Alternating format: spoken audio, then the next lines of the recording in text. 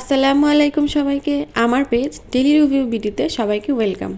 আজকে আর আমি 10 টাকার মিরর দিয়ে কোনো ওয়াল ডেকোরেশন আইডিয়া শেয়ার করব না। আজকে চিন্তা করেছি নতুন কিছু করব।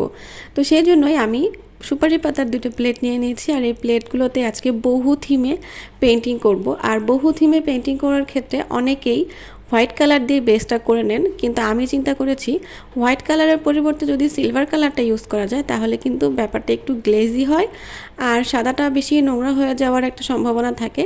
আর সিলভার কালারটা অতটা নোংরা হলে অতটা বোঝা যাবে না, যার জন্য আমি সাদার পরিবর্তে সিলভার কালারটা ইউজ করেছি। আর আমার কাছে মনে হচ্ছিল আমার ডিসিশনটা সঠিকই ছিল। তার কারণ হচ্ছে সিলভার কালারটা খুবই সুন্দর চিকচিক করছিল, দেখতে ভালো লাগছিল।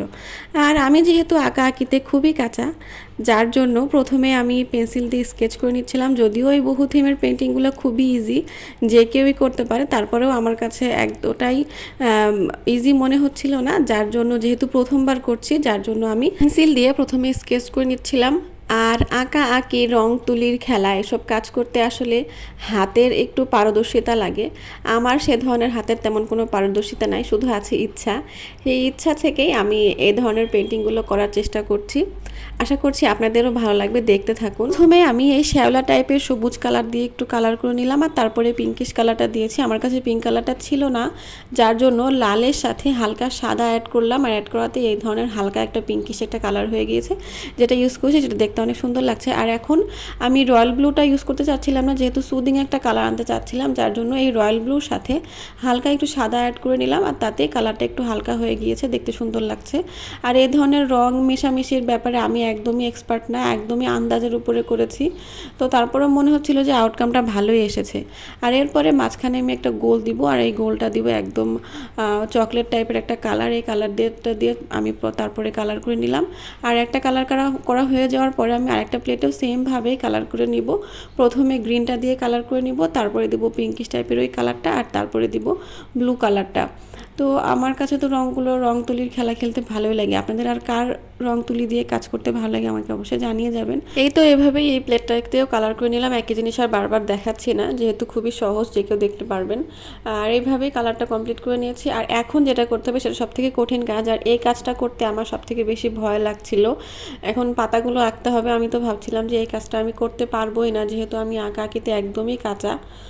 তারপরেও চেষ্টা করে দেখছিলাম, দেখে দেখে চেষ্টা করছিলাম। আমি ফোনে দেখে দেখে করছিলাম, যেহেতু পারি না খুব একটা বেশি ভালো। তারপরেও মনে হচ্ছিল যে কমপ্লিট করার পরে মনে হচ্ছিল যে দেখতে ভালোই লাগছে। আর এখানে কাজ করতে করতে মাঝখানে কারেন্ট চলে যায়, যার জন্য আমি ভালো মতো ক্লিপটা নিতে পারি নাই। আর কারেন্ট চলে যাওয়ার কারণে প্রথম থেকে ভিডিওটাও নিতে পারি নাই। এভাবেই এক সাইডের পাতা কমপ্লিট করে ফেলেছি। আর পাতাগুলো আঁকার পরে আসলে আমি নিজেই বিশ্বাস করতে পারছি না যে এগুলো আমি নিজের হাতে এঁকেছি। এত সুন্দর হবে আসলে বুঝতে পারিনি। খুবই ভয় লাগছিল, মনে হচ্ছিল যে পারবো না, হবে না, আঁকা বাঁকা হবে। কিন্তু আঁকার পরে যে পেন্ট করার পরে মনে হচ্ছে না, খুবই সুন্দর লাগছে। আপনাদের কাছে কেমন লেগেছে অবশ্যই কমেন্টে জানিয়ে যাবেন।